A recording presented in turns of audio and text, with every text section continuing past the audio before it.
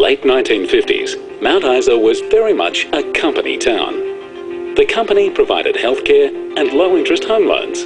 It sponsored schools and sporting groups and cultural organisations. It even provided a free, open-air picture show.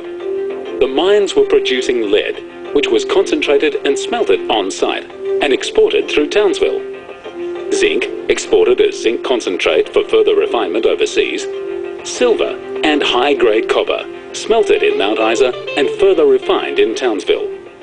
Silver, lead, zinc, copper, from deep beneath a stony ridge in northwest Queensland, exported all over the world.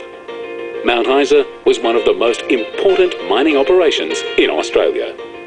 But the winds of change were beginning to blow through the Spinifex. With a growing population, there was now enough business activity for Townside to begin to take on a life of its own, to establish an identity quite separate from the mine. Recognising this, MIM began to withdraw its community patronage.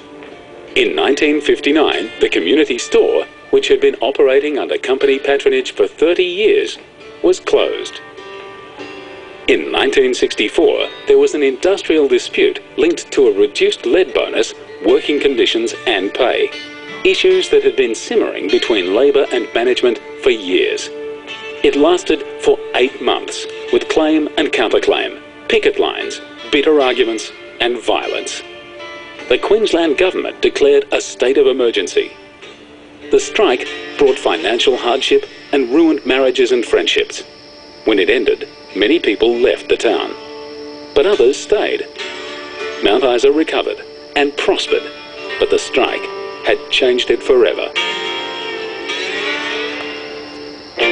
In 1966, the big jets came, stopping to refuel on the run between Brisbane and Darwin. The outback was shrinking. With increased mobility, people became more outward-looking. The company's head office was relocated to Brisbane. In 1968, Mount Isa was declared a city. The mine expanded even further, and the population reached 30,000 in 1973. Mount Isa has come a long way from John Campbell Miles' original mine in the Spinifex. It's no longer a straggle of tin huts beside the river. It's no longer a company town. It's now an inland city, one of the most important mining centres in the world.